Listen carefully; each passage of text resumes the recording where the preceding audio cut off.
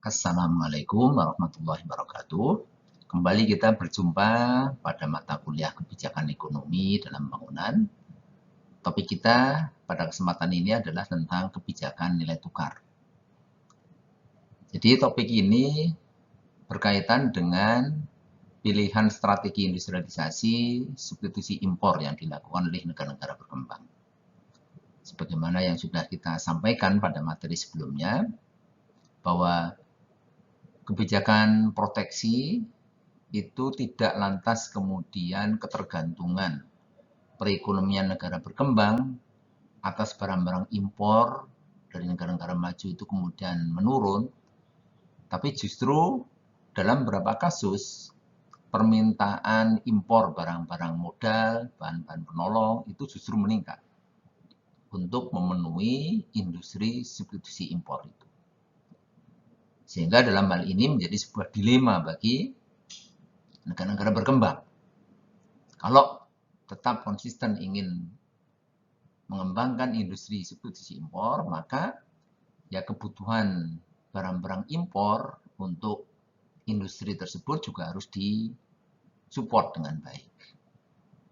Nah, dengan nilai tukar mata uang yang relatif rendah di negara-negara berkembang atas nilai mata uang negara-negara maju, maka menyebabkan impor bahan baku, bahan penolong untuk pengembangan industri substitusi impor itu menjadi cukup mahal. Dan ini nanti berdampak kepada harga output dari industri tersebut yang juga akan mahal juga.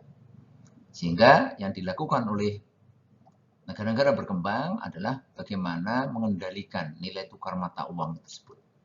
Sehingga dengan harapan nanti impor bahan baku, bahan penolong itu menjadi relatif lebih rendah. Nah, disinilah implikasi dari kebijakan industri substitusi impor.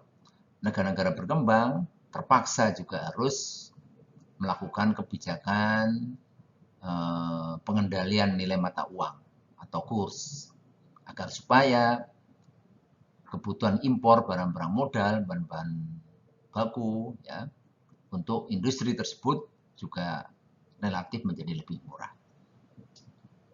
Langkah yang dilakukan oleh pemerintah kaitannya dengan kebijakan penyesuaian nilai tukar mata uang ini itu berdampak kurang menguntungkan bagi para pelaku ekonomi, terutama adalah produsen sektor primer, petani, nelayan, dan sebagainya.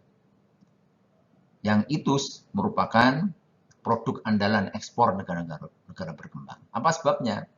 Sebab dengan penyesuaian nilai tukar mata uang yang baru, maka menyebabkan komoditas ekspor mereka di pasar dunia itu menjadi lebih mahal. Dan ini akan berpotensi menyebabkan penurunan ekspor komoditas primer yang menjadi andalan ekonomi di negara-negara berkembang. Inilah yang pada materi sebelumnya, kebijakan substitusi impor itu berpotensi menekan sektor ekonomi andalan, yaitu sektor primer di pasar global. Akibat dari kebijakan penyesuaian nilai tukar mata uang, itu komoditas primer yang diekspor ke negara-negara berkembang itu menjadi lebih mahal.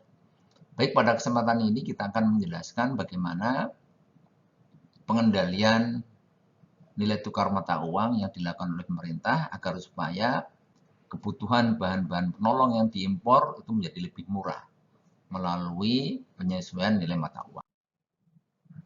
Nah, kita lihat di sini ya bagaimana analisis pengendalian nilai mata uang itu. Jadi sumbu horizontal itu menunjukkan jumlah devisa. Sedangkan sumbu vertikal itu menunjukkan kurs yang dinyatakan dalam bentuk mata uang domestik per mata uang asing. Katakanlah kalau di Indonesia dalam bentuk kurs sekarang ini diperkirakan sekitar 14.000 sekian ya per dolar.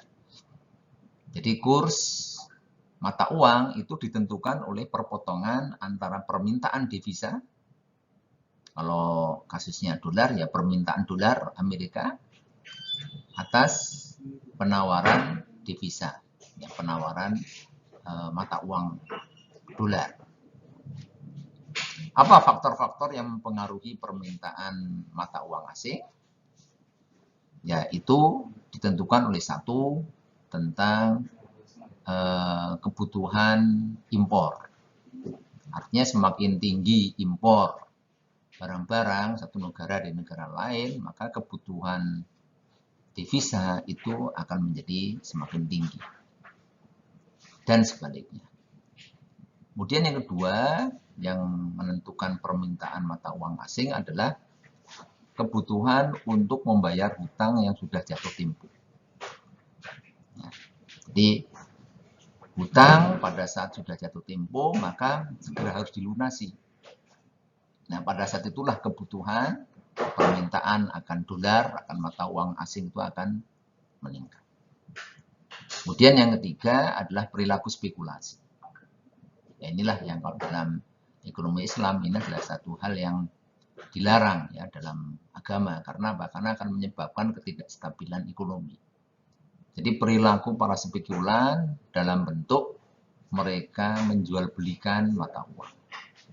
Jadi semakin banyak orang yang memburu dolar ya untuk kegiatan spekulasi, maka permintaan dolar menjadi semakin meningkat. Itu adalah faktor-faktor yang mempengaruhi permintaan dolar, permintaan valuta asing. Kemudian kurva penawaran di sini menunjukkan penawaran valuta asing, penawaran dolar. Apa faktor-faktor yang mempengaruhi penawaran valuta asing? Yang pertama adalah ekspor. Semakin tinggi ekspor satu negara, maka semakin besar penawaran valuta asing. Ya. Kemudian yang kedua adalah negara yang mendapatkan pinjaman dari lembaga asing atau dari negara luar. Semakin banyak negara itu mendapatkan suntikan dalam bentuk pinjaman, hibah, grant, dan sebagainya, maka semakin banyak cadangan devisa dan semakin banyak jumlah penawaran valuta asing. Dan yang ketiga adalah aksi jual ya dari para spekulan. Jadi mereka menjual dolarnya. Ya. Ini akan berpengaruh pada penawaran valuta asing. Baik, itu penjelasan mengenai faktor-faktor yang mempengaruhi permintaan valuta asing dan penawaran valuta asing. Permintaan valuta asing digambarkan dalam bentuk kurva yang berlayar negatif karena memang hubungan yang berkebalikan atas kurs mata uang dalam negeri terhadap mata uang asing, dan kurva penawaran valuta asing digambarkan dalam bentuk kurva yang berlayar positif. Manakala penentuan nilai tukar itu dilakukan berdasarkan mekanisme pasar, maka kurs itu akan terjadi pada perpotongan antara permintaan dan penawaran. Perpotongan antara kurva permintaan valuta asing dengan kurva penawaran valuta asing, yaitu di titik E pada harga berapa ini? PE katakanlah ya. Jumlahnya sebesar M ya. Ini adalah nilai kurs ya. Kurs yang ditetapkan berdasarkan mekanisme pasar. Nah, dalam konteks materi kita tentang kebijakan substitusi impor di negara-negara berkembang, misalnya kurs yang ditetapkan oleh pasar ini itu dianggap terlalu undervalue ya. Dan menyebabkan ya barang-barang impor dianggap menjadi sangat mahal, maka pemerintah kemudian bisa melakukan apa yang disebut dengan intervensi, penetapan nilai tukar yang tidak sesuai dengan mekanisme pasar. Katakanlah misalnya ditetapkan lebih rendah di sini, pada kurs sebesar P1 katakanlah. Jadi menurunkan nilai mata uang asing terhadap mata uang dalam negeri, yang berdampak barang-barang impor itu menjadi lebih murah ya, barang-barang impor menjadi lebih murah, dan sebaliknya barang-barang ekspor ya negara tersebut di pasaran dunia menjadi lebih mahal. Inilah yang tadi kami sampaikan, dampak dari penurunan ya, atau disebut dengan kebijakan devaluasi namanya ya. Ini akan menyebabkan komoditas revaluasi maksud saya ini ya. Maka kebijakan menurunkan mata uang asing ya katakanlah dari 15.000 rupiah 15.000 rupiah per dolar menjadi 14.000 rupiah per dolar. Maka artinya apa? Artinya sekarang mata uang dalam negeri itu menjadi semakin kuat. Ya. Dan mata uang asing itu menjadi semakin lemah. Ya, itu. Jadi mata uang asing menjadi semakin lemah.